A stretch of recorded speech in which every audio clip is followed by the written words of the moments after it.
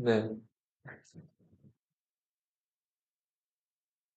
그 광개토대왕, 어, 광개토대왕이 이제 저 만주벌판을 달려서 이 여기 나와 있는 후연, 거란, 뭐 부여, 숙신, 동부여 자 이렇게 다 몰아내면서 영토를 크게 확장을 했죠. 자 그리고 남쪽에서 이제 그 호시탐탐 그 고구려 평양이나 이런 쪽을 노리고 있던 백제랑도 일전을 벌인단 말이에요. 자 광개토대왕릉 비해 그 고구려와 백제가 전투를 벌인 것과 이제 이런 것들을 저번 시간에 우리 봤죠. 고구려가 백제를 혹시 뭐라고 표현했죠? 광개토대왕릉 비해서? 백잔이라고 낮춰 불렀죠. 그쵸? 예, 잔잔바리. 예, 이렇게 낮춰 불렀다고 그랬어요. 당시 백제 왕이었던 아신왕이 이 저 광개토대왕 앞에 와서 무릎 꿇고 스스로 노객이 되겠다 그랬다 그랬죠? 노객이라고 하는 거는 그 노비, 그러니까 자기가 이제 하인 부하가 되겠다는 걸 의미하죠. 그러면서 백제 58성 700촌을 고구려가 뺏어갔다. 자, 고구려가 이렇게 광개토대왕 때 굉장히 이제 팽창을 하고, 당시 백제가 외와 가야와 연합해가지고 신라를 공격해 들어오잖아요. 신라가 이때 너무 어려운 상황이어서 내물왕이라는 신라 왕이 고구려 광개토대왕한테 도움을 요청했죠.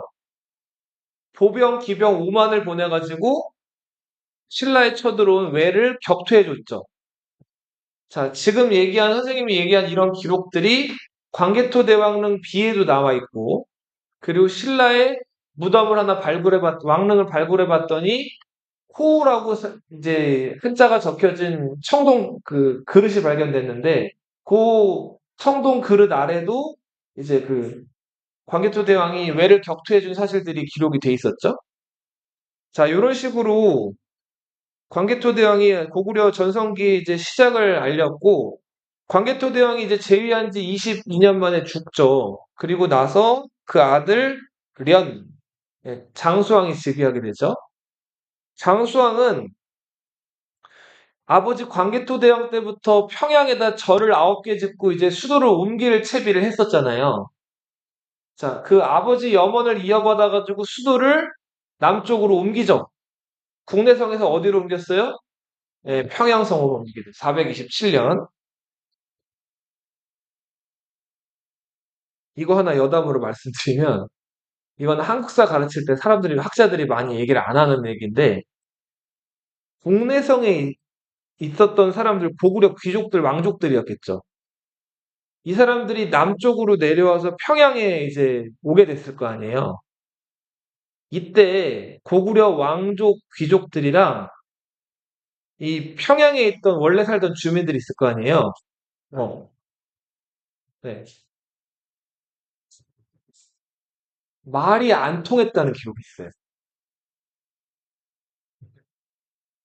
재미난 기록이죠. 네. 이게 어떻게 된 걸까요?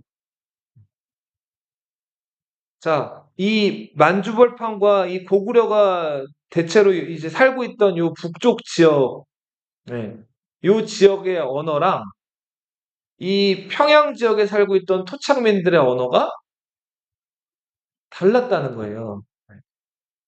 이게 여러 설이 있어요. 평양이 원래 낙랑군의 지배를 오랫동안 받았죠.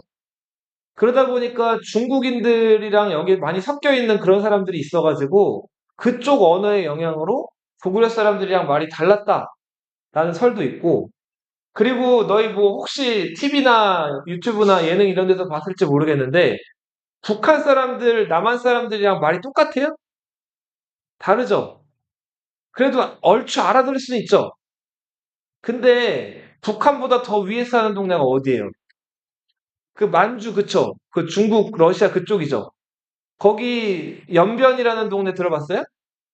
거기 사는 사람들 뭐라고 불러요? 조선족들 있죠. 자, 조선족들 가끔 여기 식당이나 이런 데서 또 일하시기도 하잖아요. 근데 그 조선족들 사투리 세게 쓰는 사람들 와서 얘기하면은 또 한국 사람들이랑 말 잘 통해요?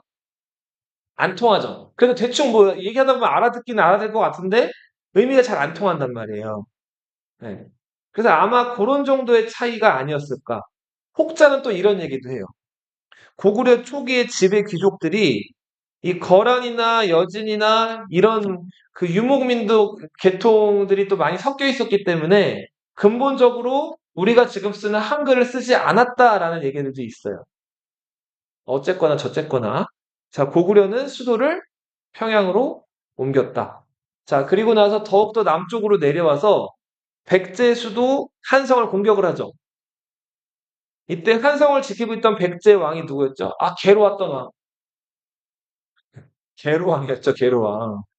자, 계로왕은 바둑이랑 장기를 너무 좋아해가지고 바둑 잘 두는 도림이라는 그 고구려 스파이에게 게임에 넘어가서 맨날 바둑만 두다가 도림이 뭐 왕릉 수리하세요, 도성 수리하세요, 뭐 궁궐 화려하게 지으세요 이런 꾀에 넘어가가지고 무리하게 토목공사를 일으켰죠. 자, 그러다가 결국 방비가 허술해졌고 고구려 침략을 받아가지고 한때 백제 장군이었다가 고구려로 항복했던 재증걸루, 고이만년, 자 이런 장군들이 한때 자기 주인이었던 계로왕을 잡았죠. 그 다음에 어떻게 했다 그랬죠? 계로왕한테 절 한번 하고 그 다음 어떻게 했다 그랬어요? 에 맞아요. 얼굴에다 침을 퇴퇴퇴 세 번 뱉었다 그랬죠. 그렇게 모욕을 준 다음에 계로왕 목을 댕공 쳐버렸죠. 계로왕은 어디서 죽었냐면 너희 지금 우리 여기는 한강의 남쪽이죠. 강남이라고 하죠.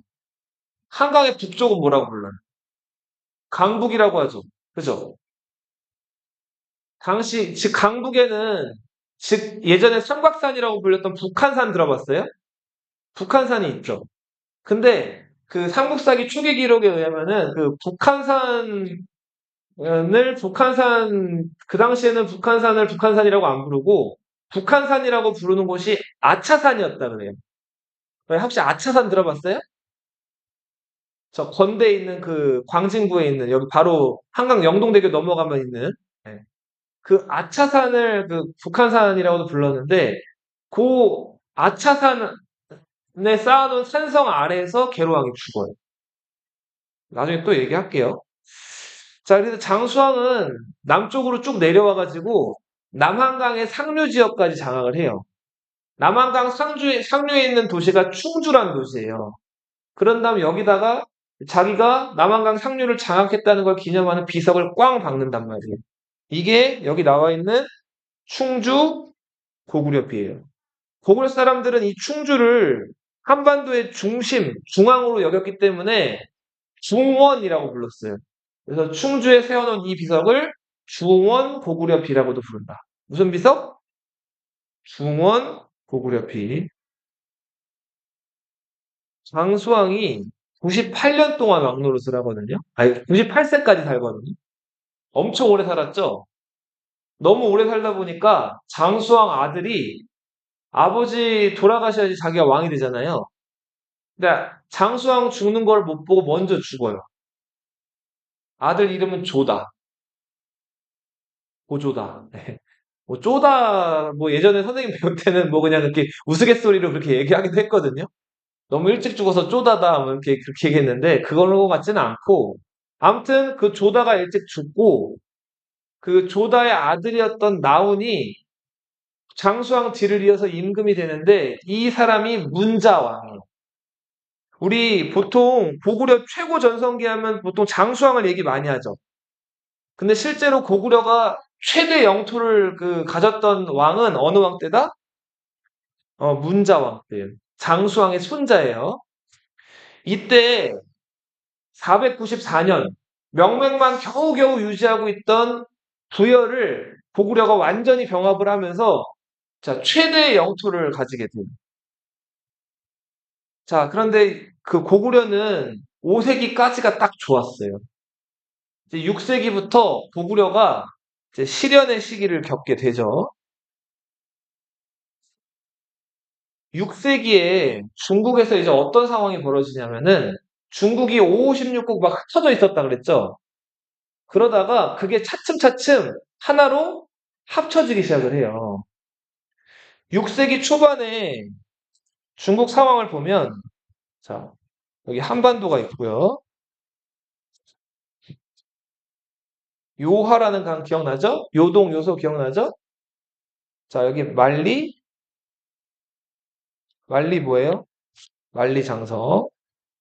이렇게 흘러나가는 강, 무슨 강이에요? 황허죠, 황허. 그쵸? 그리고 중국 남부를 관통하는 긴 강, 양쯔강. 장강이라고도 하죠. 자, 어, 그, 남쪽에서는 송나라, 제나라, 양나라, 진나라. 왕조 교체가 자주자주 일어나요. 중국인들이 세운.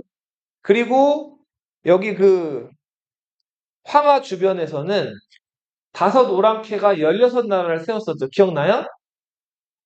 5호 16국 시대였죠. 그 막 치고받는 혼란의 시기에서 어, 그 5호 16국을 처음으로 통일한 나라가 북위였어요. 북위. 네. 고구려, 백제, 신라죠.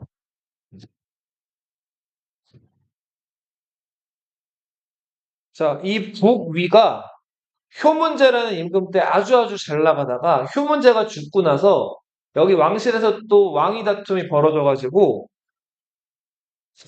북위가 서위와 동위로 나눠져요. 자, 서위와 동위는 그, 그 북위 황실에서 그 북위 황실의 황족들이 서로 이제 황제를 했는데 여기서 이 서위와 동위 각자 안에서 쿠데타가 일어나서 이 서위가 또 막 멸망하고 북주가 들어서고요. 동위가 멸망하면서 북제가 들어서요. 아무튼 중국의 이 북쪽을 북주와 북제가 나눠 가지게 돼요. 자, 요런 상황이 6세기 초반이었는데 아무튼 막 여러 정치 세력이 있던 거에서 이제 두 개 정치 세력이다 보니까 이제 슬슬 좀 뭔가 흩어져 있던 게 뭉치고 합쳐질 기미가 요 무렵부터 나타나기 시작을 했어요. 중국이 합쳐지면 한국 입장에선 불리하다 그랬죠, 항상. 자, 그래서 요 시기는 고구려가 이제 여러 가지로 애를 많이 먹고 있었던 시기인데 여기다 엎친 데 덮친 격으로 이 만리장성 이북, 그러니까 초원지대에서 초원의 강자, 지금 몽골의 조상이라고 할 수 있는 어? 유목왕조가 하나 등장을 하는데 돌, 돌궐이라는 또 유목왕조가 등장을 해. 이 돌궐의 군사력이 어마어마했기 때문에 고구려가 이 북제나 북주를 상대하는 것 못지않게 이 돌궐을 상대하면서 국력을 많이 소모하고. 자, 그런데다가 어렵사리 차지한 이 한강 지역을 백제랑 신라가 끊임없이 차지하려고 했단 말이에요. 자, 그래서 이 안장왕 때는 백제가 계속해서 밀고 올라오는 거를 이 안장왕이 막으려 직접 그 서울 지역까지 막 내려가고 다시 수도 평양으로 돌아오고를 반복한단 말이에요. 자, 우리 저 서울 위쪽에 저 38선 주변에 고양이라는 고양시 들어봤어요? 고양 파주 이런 데 들어봤죠? 네. 지금 고양시를 요 삼국시대 때는 왕봉현이라고 불렀어요. 왕봉현. 뭐라고 불렀다고요? 네, 고양시를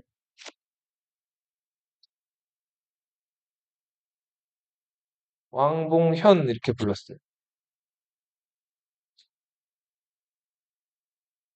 자, 안장왕이 그, 그 아직 왕이 되기 전 태자 시절에 음, 백제가 자꾸 요 한강 지역을 위협하니까 고양 지역까지 내려온 거예요. 내려왔다가 여기서 그 우연히 예쁜 여자를 하나 만나요. 그 여인이 성이 한씨였어요. 안장왕이 만난 예쁜 여인 한씨 미녀예요. 어, 그 한씨 미녀를 만난 곳은 이제 산지대였는데, 아무튼 여기 임금이 찾아왔던 봉우리라고 해서 그래서 그 지역 고양시를 예전에 뭐라고 했다? 왕이 찾아온 봉우리라고 해서 뭐라고 불렀다? 왕봉현 이렇게 불렀다.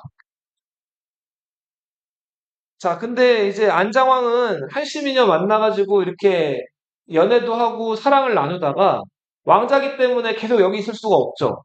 그래서 수도 평양으로 돌아갔어요. 근데 한시미녀가 예쁘다는 소문이 들려서 왕봉현의 그 성주가 왕봉현 태수가 이 한시미녀를 데려다가 이제 그 그 수청 자기랑 사귀자 그래요. 자기 부인이 돼달라고 하는 거예요. 근데 한시미녀는 한번 이 왕자, 그러니까 안자왕을 만났기 때문에 거절한 거예요. 그랬더니 그 왕봉현의 태수가 이 한시미녀를 어떻게 했을까요? 죽이지는 않고 가뒀어요. 어. 자, 가뒀는데 당시 안장왕은 이제 그 왕이 된 후에 그 한시미녀가 생각이 난 거예요. 그래서 그 한시미녀를 되찾으려고 이제 그 을밀이라는 그 뛰어난 장군이 있었는데 이 장군을 보내가지고 그 한시미녀를 구하게끔 보낸단 말이에요. 자, 그래서 을밀은 그 전투에서 승리해가지고 그 왕봉현 고양시를 다시 차지하고 한시미녀를 구해다가 안장왕에게 바친단 말이에요. 자, 이런 얘기인데 이 얘기는 이제 신채호의 조선 상고사라는 역사책에 나와 있는 얘기긴 한데 약간 조금 뭔가 뭐랄까 MSG라고 해야 될까요? 이렇게 뭔가 덧붙여진 게 좀 농후한 색깔의 이야기예요. 이거 좀 어떤 얘기랑 비슷해요? 춘향전 혹시 알죠? 예. 그 이몽룡이랑 춘향이가 사랑하다가 이몽룡이 과거 시험 보러 서울로 올라가죠. 그 사이에 변사또가 어떻게 해요? 그쵸? 춘향이 꼬시죠? 춘향이가 넘어가요, 안 넘어가요? 안 넘어가고 그 수청 듣는 거 거절하니까 춘향이를 감옥에 가두죠. 그죠? 자, 근데 과거 급제한 이제 이몽룡이 몰래 와가지고 암행어사 출두요 해가지고 변사또 잡아가잖아요. 그러면서 춘향이랑 알콩달콩 행복하게 살았답니다. 이런 얘기죠. 자, 그런 얘기가 아무튼 전해지고 있는데 여기서 우리가 역사적으로 알 수 있는 거는 안장왕이 자꾸 내려왔던 그 고양시, 서울보다 위에 있던 고양시까지 지금 이 왕봉현의 태수라는 사람은 아마 백제 사람이었을 거라고 추측을 한단 말이에요. 자, 백제군이 와가지고 고구려가 애를 먹고 있었던 거예요. 네. 자, 그렇게 해서 안장왕 제2기간 이제 12년이 지나갔고 안장왕이 아들이 없었기 때문에 그 뒤를 이어서 왕이 된 사람이 누구다? 안원왕이다. 자, 이 안원왕 때부터는 고구려가 본격적으로 어려워지는 시기예요. 일단은 왕위계승 분쟁이 이 무렵부터 있었다 그래요.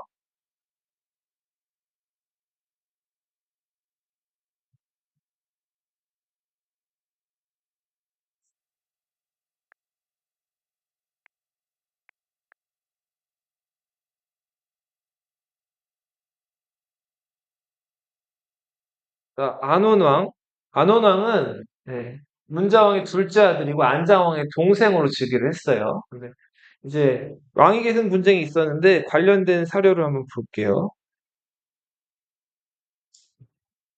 키가 7척5촌이었대요. 7척5촌이 지금 몇 센치 정도 될까요?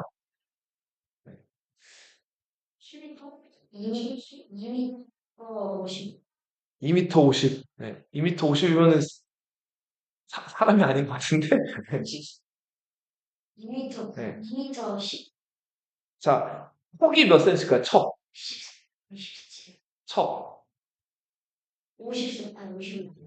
중국에서 척은 30.3cm거든요. 그리고 이 10촌이 1척이에요. 그러니까 7.5척이라는 거죠. 네. 근데 만약 곱해보면 이거 대략 얼마 나오죠, 이거? 2m 25 뭐 이렇게 나오죠. 이건 말이 안 되죠. 그래서 그 한국에서 척은 30.3cm로만 쓰이는 게 아니라 24. 최저 24.5cm에서 30.3cm까지 이제 왔다 갔다 해요. 근데 최저였던 24.5cm를 기준으로 한다면은, 어, 그, 7척 5촌이면은 이게 대략 180한 중반 정도 돼요. 그래도 큰 키죠. 요 당시로 치면은. 자, 그래서, 요 무렵에 안원왕은 아무튼 덩치도 크고, 안장왕이 죽은 다음에 뒤를 이어서 국왕이 돼요. 자, 그런데 이제 안원왕이 제2기간 내내 이제 부인이 셋 있었는데, 요건 한번 읽어볼게요. 이거는 한국 측 기록에는 안 나와 있고, 일본석이라는 일본 측 기록에 나와 있는 내용인데, 고구려에서의 대란, 정민이가 읽어보세요. 이해에 고려는 고구려입니다. 네. 일제 동기에서 고려에서 정월 병화의 중부일 네, 아버지 왕으로서 우리가 8살 부인이 몇 명 있었대요? 3명 있었대요. 첫 번째 부인, 네.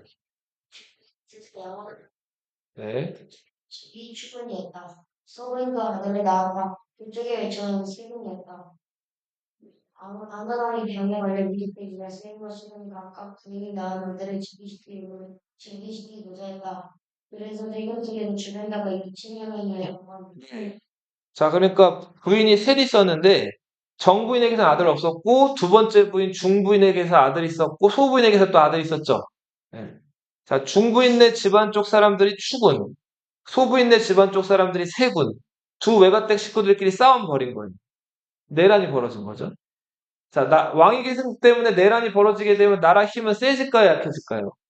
약해지겠죠. 네. 그래서 요 무렵에 고구려는 안으로는 왕위 계승 분쟁이 있었고 바깥으로는 돌궐이라든지 북주, 국제 같은 나라들 그리고 남쪽에서는 백제, 신라의 공격으로 정신이 없는 상황이었어요.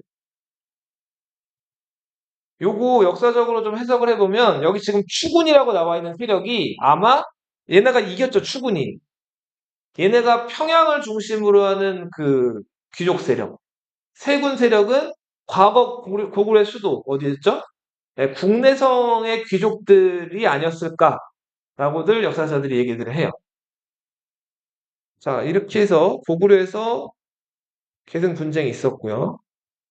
자, 이 과정에서 고구려의 이 관직이 떠오르게 되는데 고구려의 최고 관직, 왕 바로 아래 귀족들의 우두머리이자 최고 관직이 읽어보세요. 뭐다?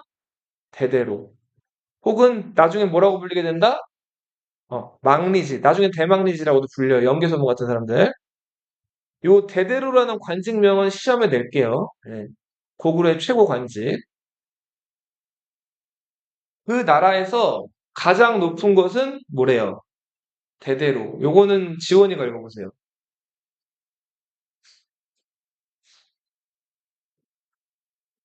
사회의 전반을 충분한다. 1급 공무원이란 뜻이에요. 네.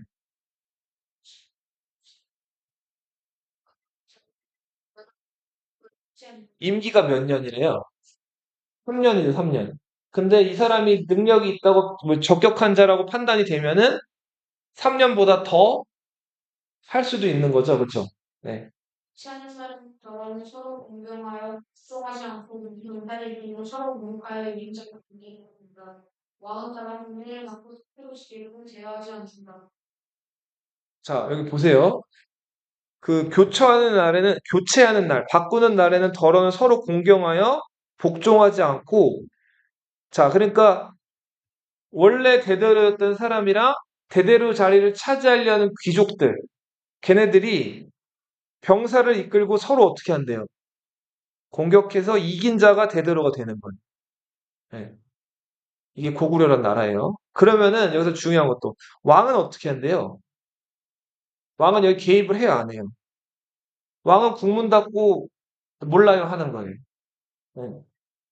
자, 이렇게 해서 그 귀족 자리, 귀족의 수장 자리 대대로는 자, 귀족들끼리 막 쟁투를 벌여가지고 차지하는 자리였다.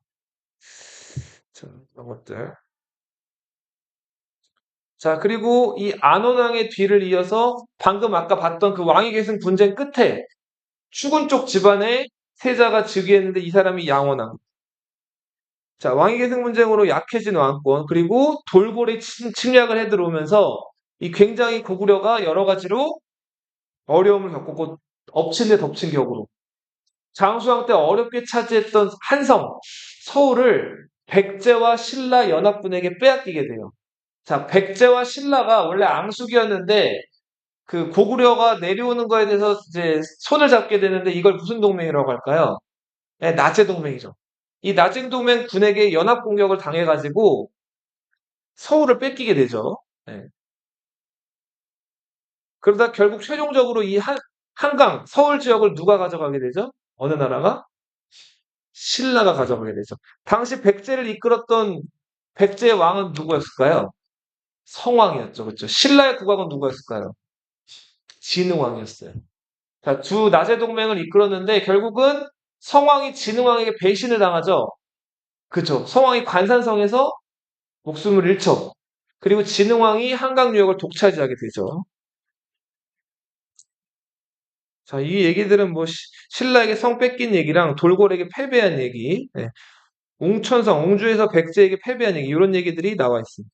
그리고 이제 평원왕, 지금 위기의 고구려예요. 서울도 뺏기고 막 지금 남쪽에서 이제 신라가 치고 올라오고 있고 돌궐은 돌궐대로 쳐들어오고 왕위계승 분쟁으로 막 어수선하고 이런 상황에서 양원왕이 죽고 평원왕이 즉위했어요. 자, 엎친 데 덮친 격으로 중국이 이제 북주 북제에서 하나로 또 통일이 돼요. 수나라라는 나라가 등장해요. 자, 위진남북조의 혼란한 300년을 통일한 나라가 어느 나라? 수나라가 등장을 해요. 자, 이제 평원왕이 그런 상황 속에서 즉위하게 돼요. 자, 평원왕, 네, 활쏘기 잘했다. 담력도 있었다.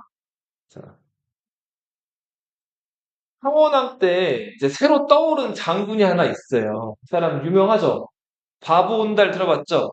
네, 요거 한번 같이 읽어볼게요. 어, 저기 찬영이가 온달의 출신과 용모 한번 읽어보세요.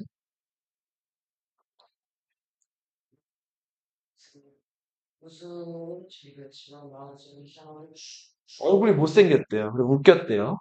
똑똑했대요. 자, 계속 읽어보세요.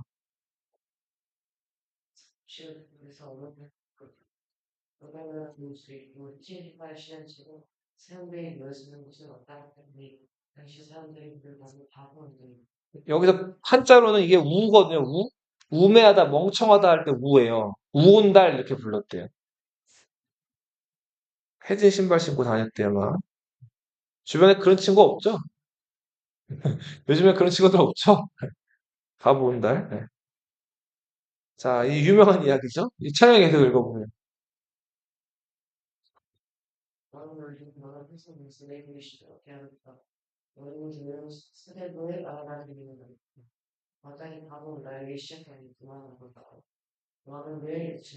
네. 어땠대요? 평광의 어린 딸이. 잘 물었대요. 그런 애들 있죠, 왜? 뻑하면 우는 애들. 노답이죠? 잘 많이 물어요. 우는 친구도 있어요, 주변에? 제 동생 4학년 때 지원이도 많이 울었어요? 그 옆자리 여자애가 네. 그 뒤에 자리 남자애가 뭐라고 하는 거예요? 이러면서 아, 진짜로? 의외로 그런 거 같습니다. 마음 약한 애들. 하은이는 잘 울었어요? 아, 하은이는 잘 많이 안 울었어요? 네. 마땅히 바보 온달에게 시집 가야겠구나라고 말했대요. 자, 네. 넘어가 볼게요. 공주가 온달에게 시집 가겠다고 한대요. 자, 주환이가 읽어보세요. 왕의 딸이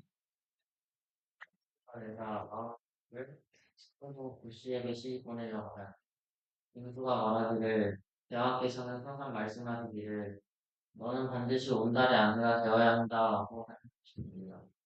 지금 어찌하여 그 말씀을 고치려 하십니까? 평범한 사내조차도 시건을 하려 하지 않는데 시건은 뭐죠? 거짓말, 거짓말. 네. 그러면 임금께서는 어떻겠습니까? 그러므로 임금은 실없는 말이 없다고 하였습니다. 지금 대왕의 명령은 잘못되었습니다. 저는 감히 명령을 받아들일 수 없습니다. 받을 수 없습니다. 라고 하였습니다. 왕이 화를 내며 네가 나의 명령을 따르지 않는다고 한다면 진실로 나에 따를 수 없다. 어찌 같이 살 수 있겠는가? 마땅히 내 곳으로 가거라고 하였다. 그러니까 왕이 그냥 잘 우는 딸한테 그냥 농담 반 이제 실없는 소리 반 해가지고 애가 울지 않게끔 하려고 너 울면 바보 온다한테 시집 갈 거야 라고 얘기했는데 자 16살 돼가지고 시집 갈 때 되니까 예, 진짜로 이거 시집 가겠다는 거예요. 남자 거짓말하면 안 된다 그러면서 네. 아버지 입장에서도 좀 어처구니가 없었겠죠. 왕이 화를 내가지고 가 그런 거죠. 나가라 그런 거죠. 자 공주 이 보통 이게 또 성격이 아니죠. 어떻게 했어요? 궁을 나왔어요. 궁을 나와서 하은이가 읽어보세요. 온달의 집을 찾아갔다. 이해.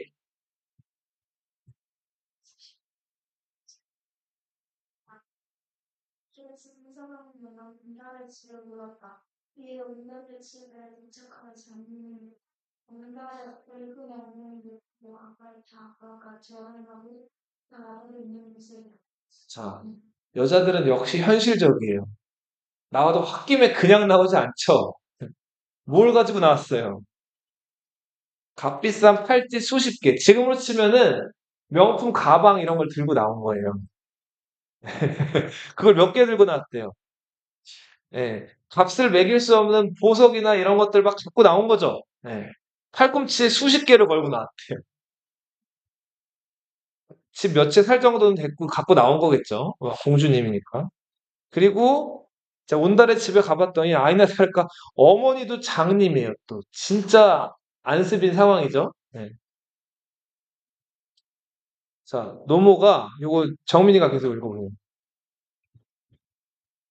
여러분께서 북한을 드립니다. 지금 당신의 냄새를 맡은 향기로운 것이 무상이고 내 손에 놓치는 것이다. 죄송과 같습니다. 당신 천하의 귀한 분이신 겁니다. 누구의 생일에 빠져서 여기까지 오셨습니까? 아마도 내 자신이 공주님을 참지 못하고 삼각형으로 느린나무 껍질을 가지고 간듯한데 오늘 뒤로 돌아오지 않고 있습니다라고 합니다. 자, 이 온달 어머니도 보통은 또 아니에요. 그러니까 그냥 귀한 사람이 왔는데 막 냉큼 이 사람 이렇게 이런 게 아니라 네. 지금 속임수에 빠져가지고 여기 온 게 아닌가 하고 되려 이제 좀 의심을 하고 걱정을 해주고 있죠. 네. 자, 이렇게 해서 시원이가 공주는 느린나무 껍질을 그에게 다시 행복의 생각을 이야기하였다. 유다는 얼굴빛을 바꾸면 이는 어린 여자가 마땅히 하는 게 아니니 분명히 사람이 아니고 여우 미신일 것이다. 나에게 다가오지 마라. 하고 말하고 뒤도 돌아보지 않고 간다. 자, 온달은 평강공주를 이제 예, 그쵸 귀신이라고 생각을 한 거죠. 자, 그래서 공주가 결국은 찬양 읽어보세요. 사실 결정된 시험을 들어 완벽하게 엉덩이에 짓습니다. 문달이 공주의 결정을 내리지 못해서 하게 어려워 말게 다시금 내가 모시에서 구하신 분의 비료자가 되어 부족합니다. 저희 지금도 지극히 가난하여 진실을 보고 계신 분이 다시 보시되 주겠습니다. 라고 하였다. 공주가 말기를 옛사람들을 말하여 한 번에 보시기라도 주의소 믿고 한 자의 행위라도 풀릴 수 있다고 했어요. 진실로 마음을 붙일 수 있다면 그렇지 반드시 그게 다음에야 함께할 수 있겠습니다. 자, 이렇게 자 공주가 마음을 정말 다부지게 먹고 나온 거죠. 가난하고 헐벗고 굶주려도 이제 한번 먹은 생각을 굽히지 않겠다는 거죠. 여기 와서 살겠다는 거예요. 자, 이에 가져온 살림살이를 어떻게 했어요? 주원이 걸보세요. 이 값비싼 팔찌를 들고 농지와 집, 무기 및 소와 말, 그리고 그릇 수치를 구입하여 살림살이 필요한 물품으로 낚았습니다. 사람들이 돈이 있어야 돼요. 자, 이렇게 해서 살림살이를 갖췄죠. 자, 그리고 요거 하은이가 읽어보세요. 처음 시장 사람들은 시장 사람들의 말을 사지 말고 그 대신 공부하시는 빈도로 생각해 내 말을 들었을 거라고 했다. 인간은 그 말들이 지났다. 민주가 매우 열심히 들었다. 말은 날마다 새를 쓰고 굉장히 그러니까 말이나 이렇게 말 같은 경우에 좋은 종자, 유전자를 타고난 말들이 아무래도 잘 달리고 하겠죠. 보통은 그런 좋은 말들은 나라에서 종자 개량해가지고 데리고 있단 말이에요. 그래서 그냥 시장 상인들이 그냥 좋다고 막 속이면서 파는 말들 하지 말고 나라에서 이제 기르던 국마, 이런 국마를 사오라고 얘기를 한 거죠. 자, 그래서 이런 말들을 잘 길렀죠. 그리고 이제 사냥대회에 참가했어요. 그래서 이 사냥대회에서 온달이 그동안 기른 말을 가지고 따라 나갔고, 여기서 뛰어난 사냥 실력을 보이게 된 거죠. 이러면서 온달의 이름이 알려지게 됐고, 평강왕이 온달을 이때부터 장군으로 쓰게 돼요.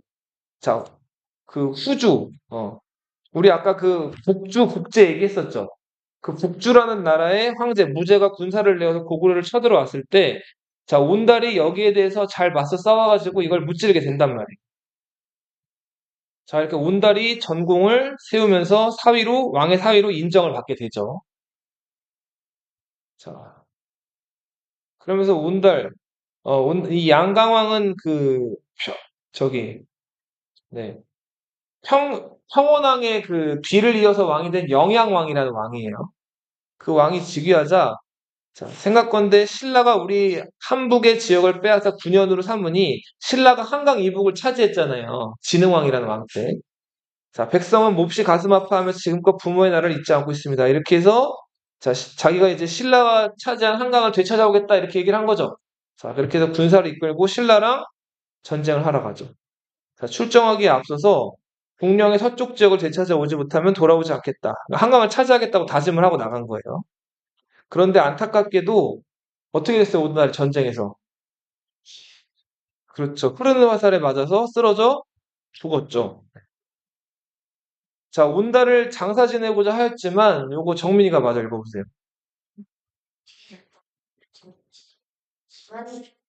인달의 나라의 감이 움직이지 않았다. 공저가 가는 모든 주부가 삶이 연출되었습니다. 우리와 같이 지음에 나가 드디어 가는 들어 부릴 수 있었다.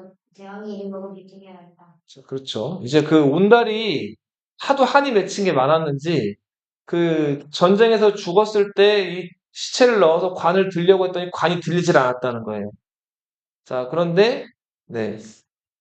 평강공주 가장 사랑했던 자기 공주가 와가지고 관을 어루만지면서 이렇게 얘기를 하니까 관이 마침내 들렸다고 하죠. 네, 전설 같은 이야기죠.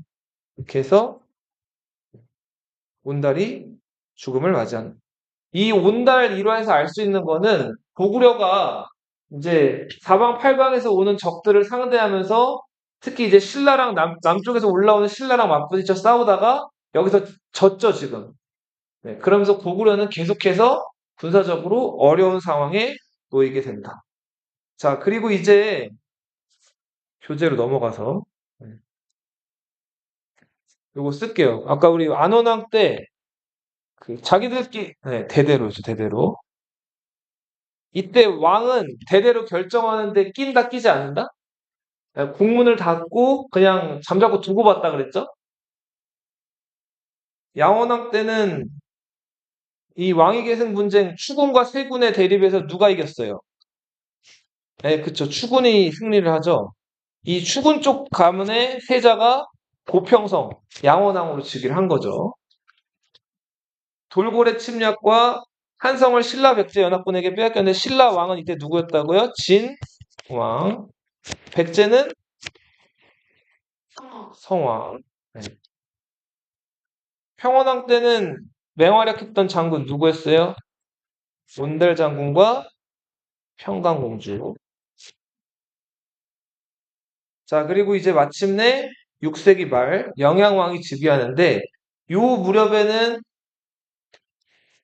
수나라가 중국을 통일했던 시기. 그게 589년에.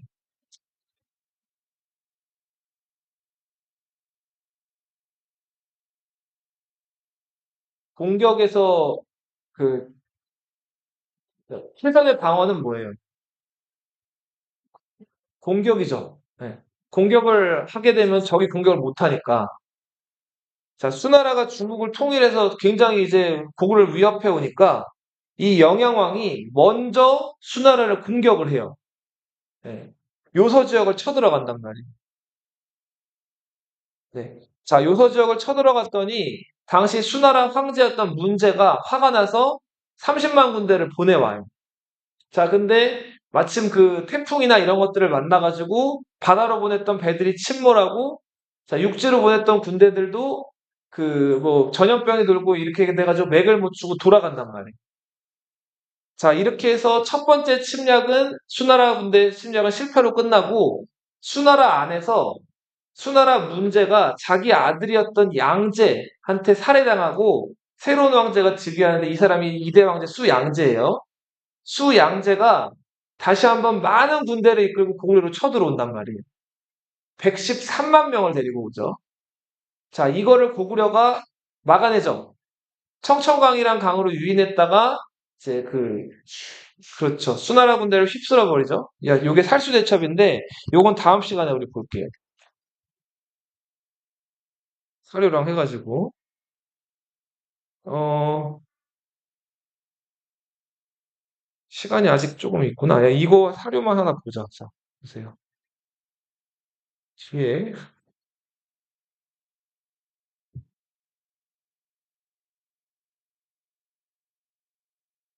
자, 영양왕 즉위 기사고, 자, 먼저 그 최선의 방어는 공격이라 그랬죠? 먼저 어디를 공격했다고요? 네, 수나라가 땅이었던 요서 지역을 먼저 공격을 했다 그랬죠, 고구려가. 그죠? 자, 이때 수나라 문제가 화가 나가지고 수군과 육군을 무려 몇 명을 거느리고 왔대요? 30만 명을 거느리고 왔대요. 이게 수의 1차 침략이에요. 수나라 1차 침략을 이끌었던 황제는 어느 황제라고요? 수나라 문제예요, 문제. 자, 수군이 고전을 했어요. 요거 한번 읽어보세요. 하은이가. 장마를,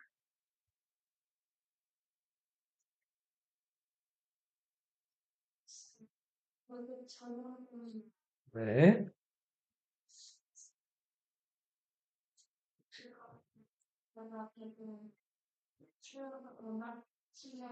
네. 자, 여기 보시면, 이렇게 있으면, 이 강을 요하라고 한다 그랬죠? 요하의 동쪽을 뭐라고 한다 그랬어요? 요동. 요하의 서쪽을 요서라고 했죠? 요동은 전통적인 고구려 땅이죠.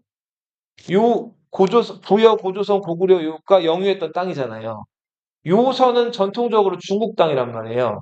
고구려가 여기를 먼저 선제 공격을 했고, 자, 이 수문제가 화가 나서 고구려를 쳐들어왔는데, 육지와 바다 양쪽으로 쳐들어왔어요. 근데 육지에서는 뭐가 돌았대요? 전염병이 돌았다고 하죠. 자, 바다로 들어가서 평양을 쳐들어왔는데, 이번엔 태풍이 일었다고 하죠. 자, 그리고 이 요하 주변에 여기가 땅이 되게 질척질척해요. 늪지란 말이에요. 요하 주변의 이 늪지를 요택이라고 불러. 뭐라고 부른다고요?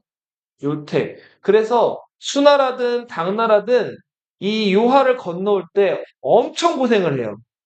예. 그리고 이겼으면 모르겠는데 져가지고 돌아간다고 생각해봐요. 늪지대로. 환장하겠죠?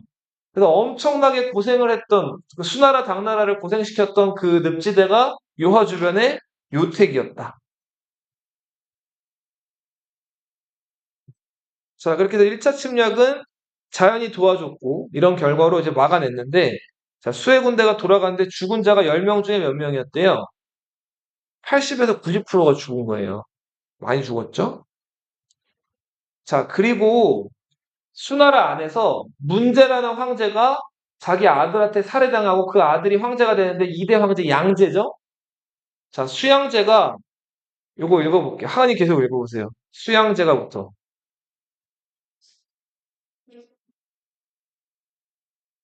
네. 모두 몇 명이래요? 모두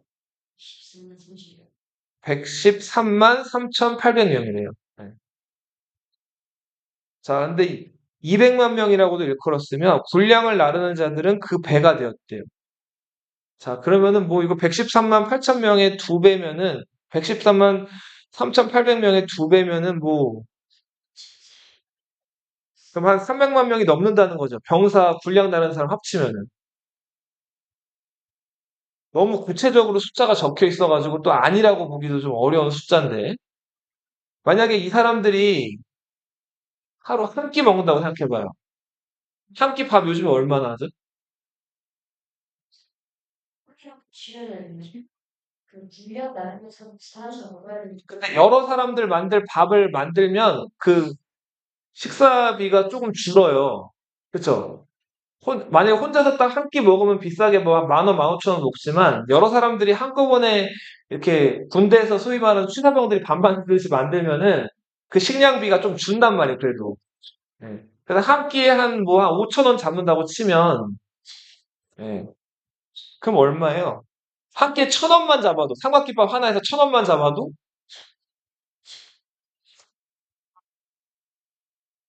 자, 113만 명의 식비만 해도 한 끼에 이제 11억이에요.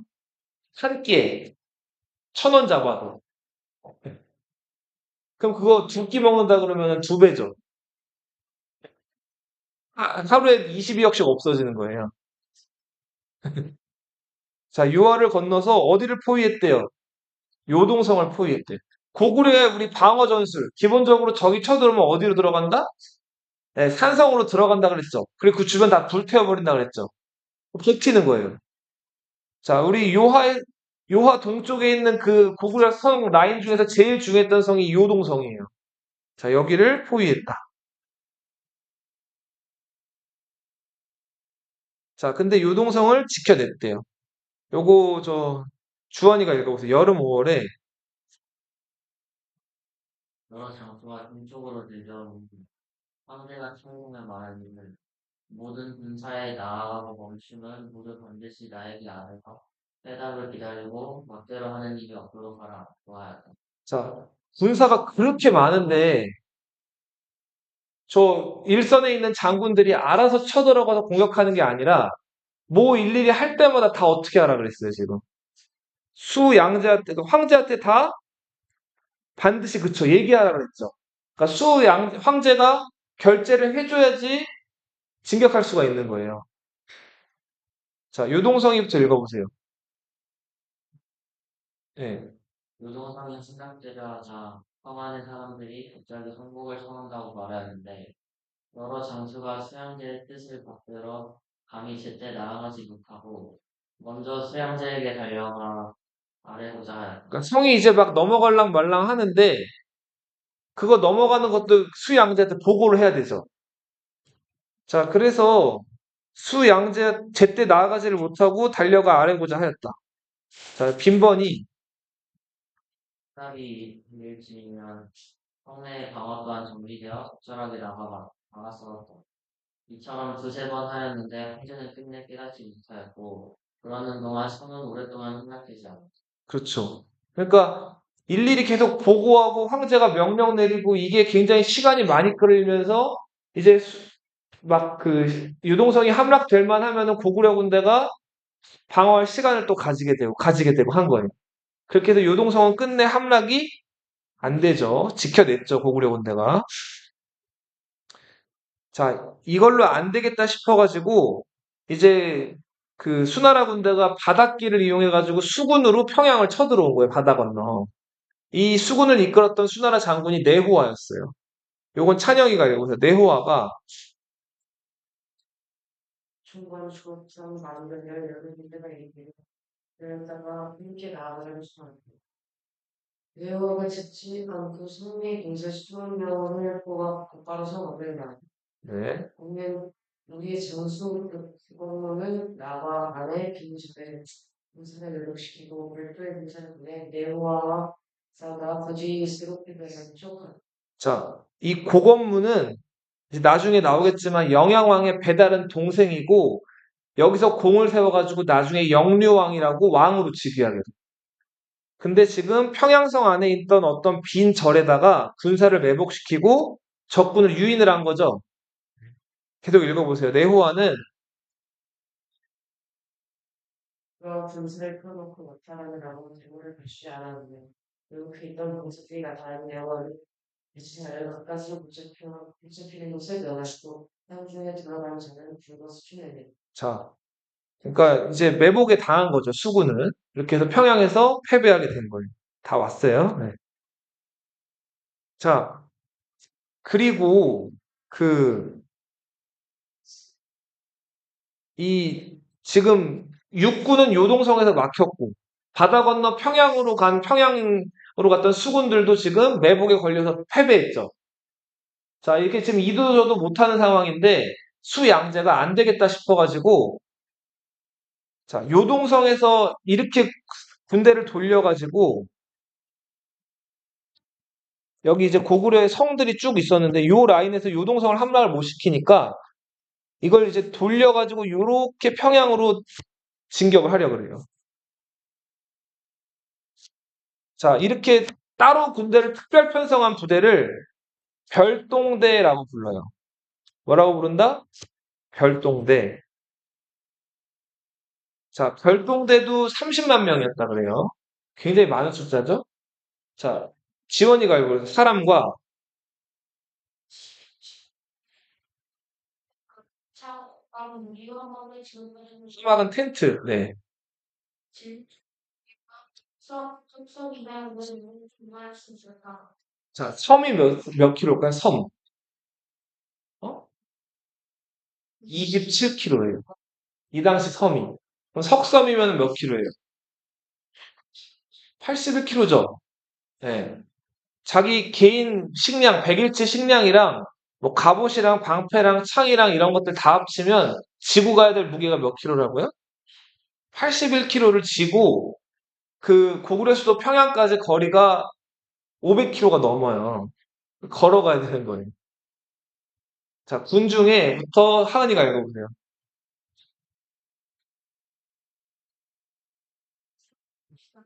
영원히 장막 가운데 따뜻하고 그릇을 영원히 힘든 중간쯤 눈이 넘는데 당신은 한 떨어지는 그래서 식량을 다 땅에 묻어버렸으니까 정작 밥을 먹으려고 하는데 없는 거예요.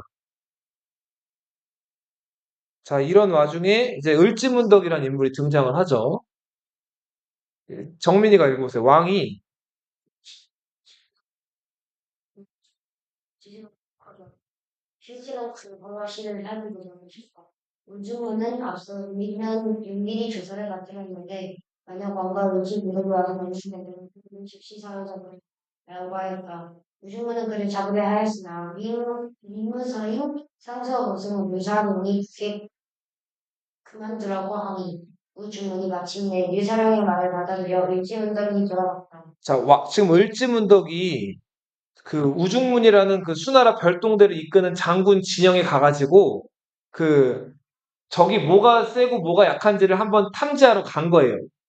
근데 수양제는 을지문덕이나 왕이 오면 어떻게 하라 그랬어요? 잡으라 그랬죠. 그래서 우중문이 잡으려고 그랬는데 우중문의 부하였던 류사룡이 어떻게 했어요? 그만두라 그랬죠. 그래서 부하 말을 듣고 결국은 을지문덕을 어떻게 했어요? 그냥 돌려보낸 거죠. 돌려보내고 나니까 후회가 됐죠. 이윽고부터 읽어보세요. 정민이가. 이거 우리나라 시간도 보내면 요즘 글쓰며 말하는데 진시하고 싶은 말이 있으니 들으러 오시오라고 하였으나 이 정도로 돌아오지 않고 안목소리를 부르는 그쵸. 한번 떠나가 버렸죠. 네.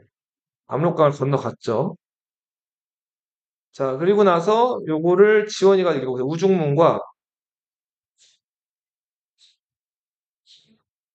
요즘도 나에게 움직임 기색이 있음 왔으면 그들은 피곤하게 하고서 싸울 때마다 번번이 나오는 것다. 네.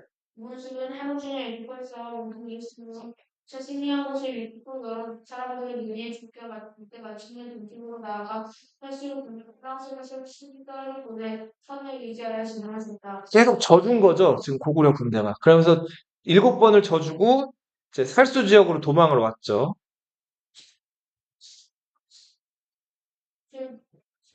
가족들이 피폐하여 싸울 수 있으면 보았으며 또 프랑스에 떠나고 강구하여 자기를 파시키기 어렵다고 여기와 같이 내린 것을 상고 따라 물어봤다. 문슬 등이 당신을 치고 흥분하자 아군이 사방에서 습격하였는데 문슬 등은 싸우면서 흥분하였다. 자, 을지문덕이 거짓으로 항복을 했어요. 내심 여기 우중문도 이걸 기대했단 말이에요. 도저히 싸우기는 어려운 형편이라고 판단을 해가지고.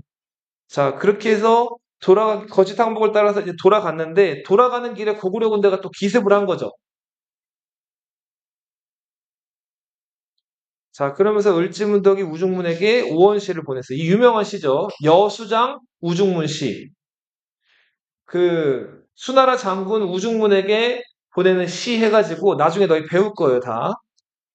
요거 한번 읽어볼게요. 찬영이가 을지문덕이 우주문에게 시군에는 신문 백색은 천문을 기다렸고 우주문이 열린 시를 그는 손자를 싸움에 인해 경로가 달라붙기에 많이 보지 않고 그 시를 말하는데 우주문은 작사력하고 일지문을 행하여 지금 신묘한 계책이나 기묘한 계획 이런 것들은 지금 우중문을 겉으로 높이는 척을 하는 거죠. 자, 그런데 이게 공로가 높으니까 만족할 줄 알고 이미 어떻게 알아요, 지금. 그만해, 이제 돌아가, 뭐 이런 식으로 지금 조롱하고 비꼰 거죠. 자, 이렇게 해서 을지문덕이 우중문을 훈계를 했죠. 비꼬는 시로서. 자, 가을 7월에 수나라 군대가 막 이제 힘이 빠져가지고 돌아가는 길이었어요. 자, 수에 또 주환이가 읽어보세요. 왜 살펴보니 이르러 군대가 반패했으나 아군이 뒤에서 그 수군을 공격하였는데 윤순이 장군 신세웅이 전사. 네. 이때 여러 군대가 함께 무너져 붙잡을 수 없게 되어 문수와 사들이 달아나 돌아가는데 하루낮 하루 밤만에 암록수에 이르렀으니 충분한 것이 450명.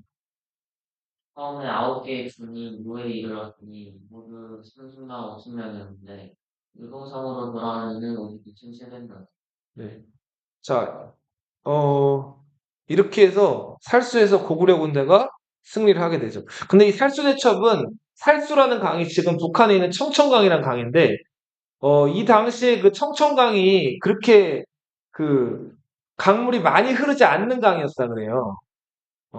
그런데 그 수나라 군대 30만 명이 이걸 반쯤 건너고 있는데 갑자기 막아놨던 뚝을 터트려가지고 수나라 군대를 막 물에 휩쓸리게 했다. 이거는 나중에 사람들이 좀 지어낸 창작 아닐까라고 생각을 해요. 그리고 수나라 군대 건너갈 때 그 타이밍 맞춰가지고 그거를 갑자기 그 막아놨던 물을 이렇게 볼을 열어가지고 물을 갑자기 막 흘러가게 한다든지 이런 것들은 지금 현대 역사학자들 판단하기로는 쉽진 않았을 거라고 봐요. 네. 그래서 아무튼 청천강 주변에서 삼국사기 기록이니까 30만 명의 그 군대가 고구려 군대 공격을 받아가지고 대부분 죽거나 다쳐서 2,700명만 남았다. 다음 시간에 네, 그 영상이랑 이런 것까지 좀 해가지고 같이 볼게요. 할수대첩은. 네, 여기까지 할게요.